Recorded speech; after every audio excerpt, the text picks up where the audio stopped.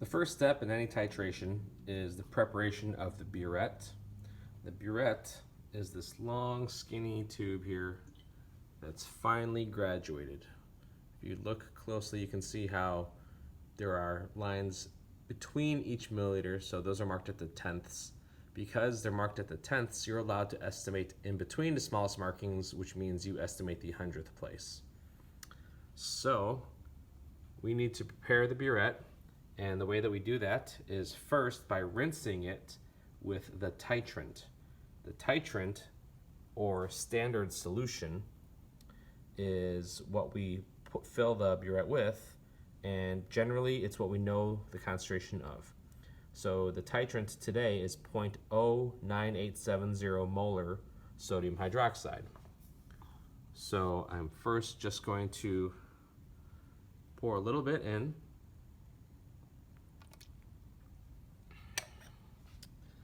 And drain enough out so that I can fill the tip. What I'm draining into is just called the trash beaker. Everything that we're draining here and rinsing, that's just gonna go down the drain. And I'm gonna stop that there. We gotta make sure there's no air bubbles in the tip right here. And it looks pretty good. Okay, so now I'm gonna fill the buret up to the 0 line.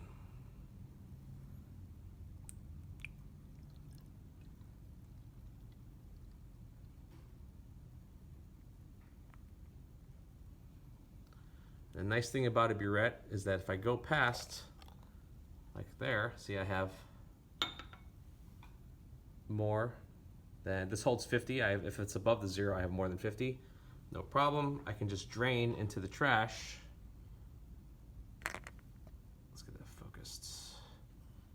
Until the meniscus is at the 0. A little bit of bubbling going on there. Might have to adjust that in a minute after the rest of the bubbles kind of make their way out. So now we're going to sample our acid.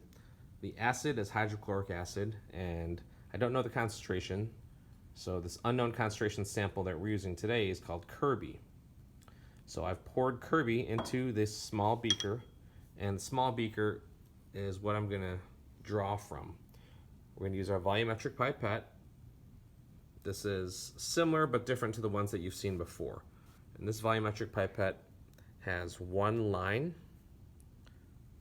and that line is the only line we need to be concerned about because that's 10 milliliters. So I can be sure that I'm drawing up exactly 10 milliliters by using this pipette. The other pipettes will work too, it's just this one is preferred when you're only concerned about a specific amount.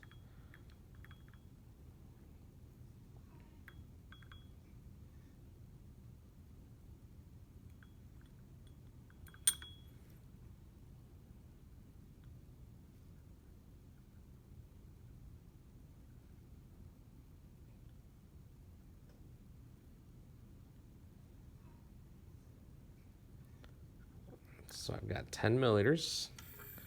I'm going to dispense these into my 125 milliliter flask.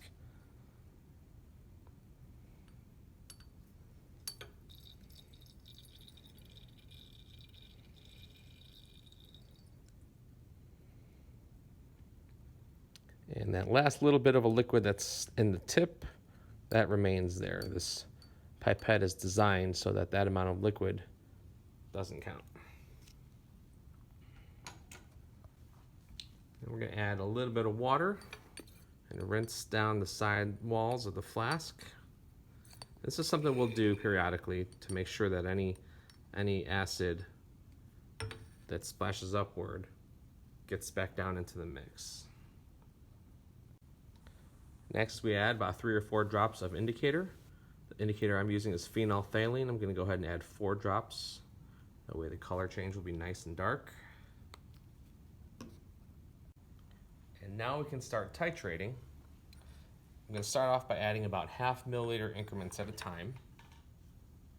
The precision at the beginning of a titration is usually not that necessary. So I'll add a little bit and swirl. Get some more, swirl that in.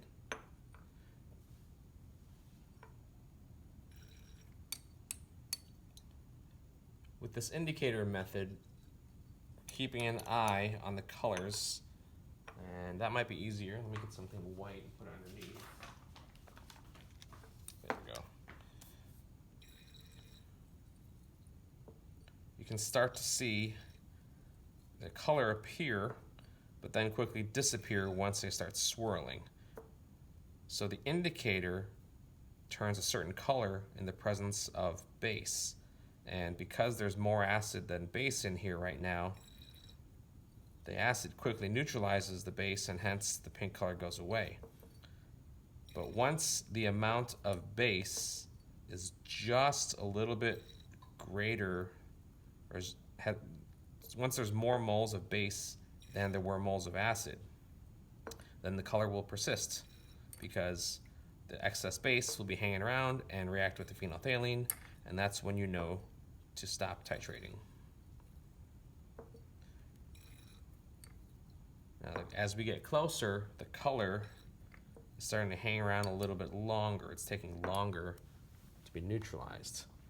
Now, I'm going to pause here and rinse down the sidewalls because there may have been splashing of the base on the walls. We want everything to react. So anything clings to the sidewalls, we want to push it down, make sure it reacts.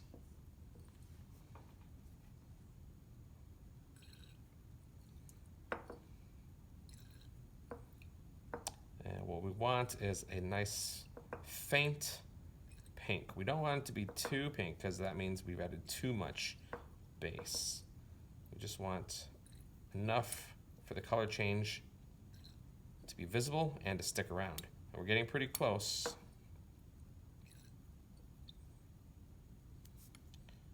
Ooh, that pink hung around a long time there, so that means I'm going to switch to a couple drops at a time.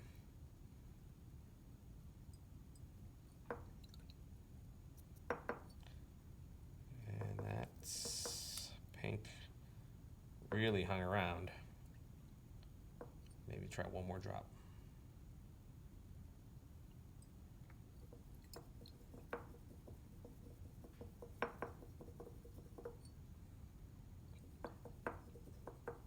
And if the pink persists for about a minute, then you know you're done. It looks like this is going to stay. So now at this point, I read the volume of the base added off of the buret. So we go and take a look. So remember the 0 line was the top of the buret. And this is, the buret records how much you've dispensed. So the meniscus is where we read, and we've definitely dispensed 11, but you see how we're not quite at the 11 and a half? We're actually not, we're just past the 11.4, but we don't reach the 11.5. So we're going to use some judgment, and we're going to call this 11.42. Why not?